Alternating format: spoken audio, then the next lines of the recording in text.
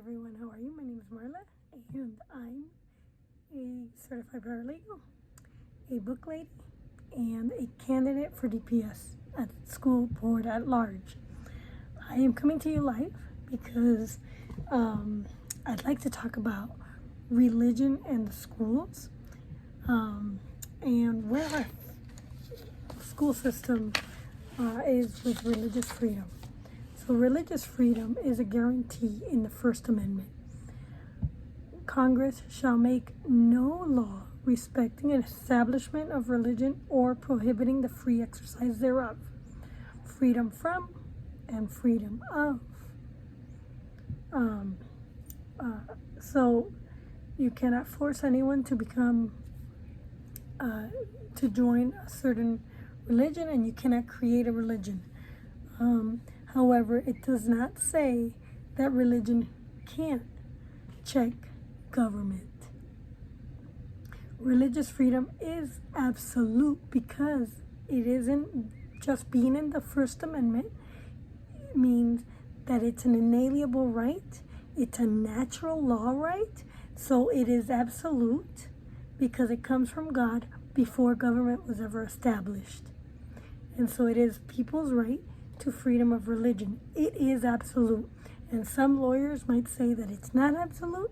Some texts might say that, but I disagree. It is absolute. It's an inalienable right, which makes it absolute. Back in the founding period, there was no school system. School, as we know it today, started in 1920 when the government expanded under Woodrow Wilson. So religious freedom was ratified in 1791, and the original 13 colonies were 99% Protestant. There was only 1% that were either Catholic or Jewish. Maybe not even Jewish. It was probably Catholic. I think, yeah. Article 4 expresses religious freedom, and there should be no religious test as a qualification for being a public official. That said, some of the founding fathers had strong religious beliefs. Actually, almost all the founding fathers had strong religious beliefs.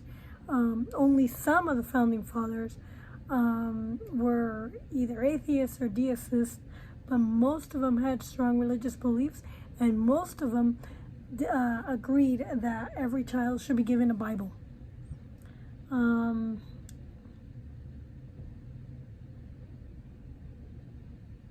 So this book that I'm reading on education law, I have a quibble on it. The First Amendment, by its literal terms, applies only to the federal government. However, courts have continued the 14th Amendment. It says that it guarantees equal protection under the law. The 14th Amendment was established after the Civil War, and it guaranteed that those who were slaves or indentured servitude would become citizens of the United States, because certain states were not recognizing them as citizens in the state. But there's an exception in order to be a citizen. So most of the laws, most of the cases that we see today started for religious freedom started in 1950, 1960, the era of Warren Court. He was the most liberal and the most realist and the most foolish justice of all. A lot of times he would decide cases and give opinions based on breakfast.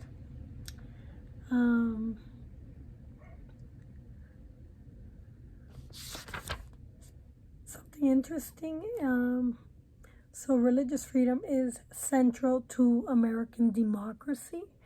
to our American constitutional republic. So America is a constitutional republic, but we have democracy within the states, and we get to elect our representatives. So government does better without kings or nobles, and that was a major premise in when the founders were putting together religious freedom. Something really interesting. Okay, over here, after there were a couple cases I found very interesting. Teaching evolution. I guess if you can't teach religion, then you can't teach evolution. Evolution is like a religion established by the government. So one courageous teacher way back in the 1950s, 60s defied the law and was teaching the theory. After the trial, he was convicted and required to pay a relatively small fine. The trial woke the nation up to prohibiting teaching the theory of evolution. Well, I don't understand what the government, I guess it woke up the communists in our nation, the progressives, because if you're going to teach evolution, then you have to teach creation. So if you can't prohibit teaching evolution, then you can't prohibit teaching creation either. We don't come from animals. Animals can't reason like we do. We are reasoning human beings. We are created in His image and in the Creator's image, and we're all created equal in His image. That's where equality comes from. It's memorialized in the Declaration of Independence.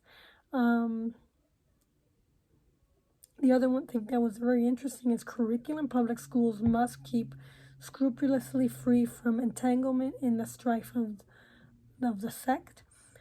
The preservation of the community from diverse conflicts of government, from irreconcilable pressures by religious groups, religion from censorship and coercion, however subtly exercise requires. This is an interesting book. The First Amendment does not prohibit religion from being in society. It only prohibits the government from infringing on religion. So the people are allowed in a society to worship in public. Public schools, by its name, is public, although I say it's government controlled. So being that it's government controlled, government cannot stick itself in or create a religion within the schools, which it has with evolution. But a true public education means that that it's taxpayer funded, and we, the taxpayers, get to decide the curriculum alongside the teachers. Because we are taken out of the school system, it is no longer really a public education. It is government controlled education. It is a caste system or caste system, and a way for government to indoctrinate. It prohibits government from infringing on religion, creating a religion, and favoring a religion. And you could say that teaching evolution is sort of creating a religion, a secular religion. And it is infringing on our children's rights to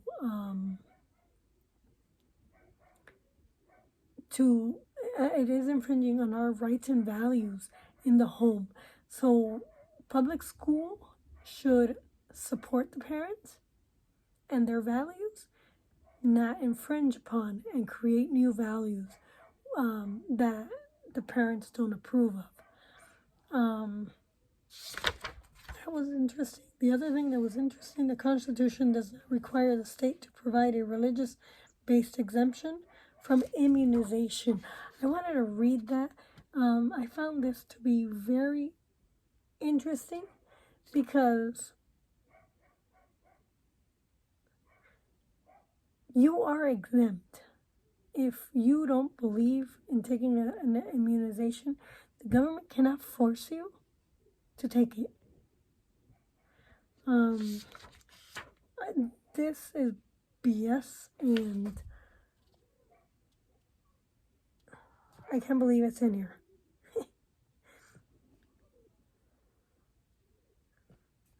So the religious exemption was really interested, and maybe that's for another idea.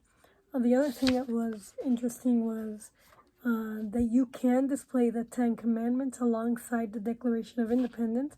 And so according to this case, Baker versus Adams County, Ohio Valley School Board, if a school were to display the Ten Commandments in a group of otherwise secular historical documents, the display might be constitutional.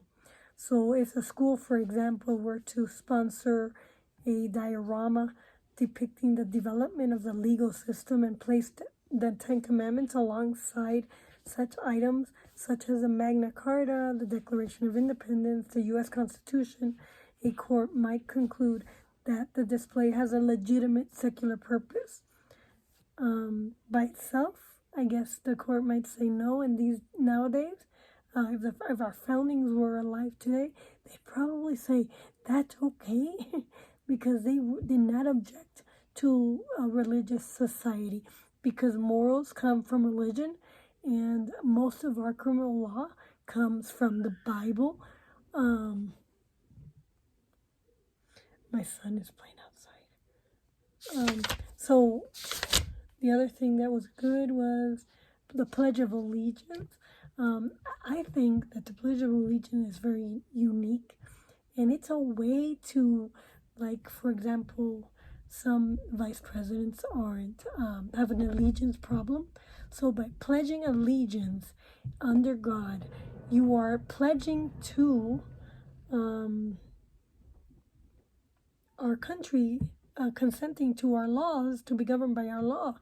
And you're pledging allegiance to our laws, not other laws. So if you are American, you pledge allegiance to our our system of governing. Schools cannot compel them to recite the pledge. So it says here that schools cannot compel them to recite the Pledge of Allegiance. But if you're going to teach a true civic class and teach our history, you need to pledge of allegiance, and you need to explain why they're pledging it. And the reason that you pledge allegiance is because you are consenting to be governed by the United States Constitution and our system of laws. And that is something that I quibble with this book. But that's it for today, and I hope you enjoyed it. And comment below if you think that this is wrong. That is my opinion.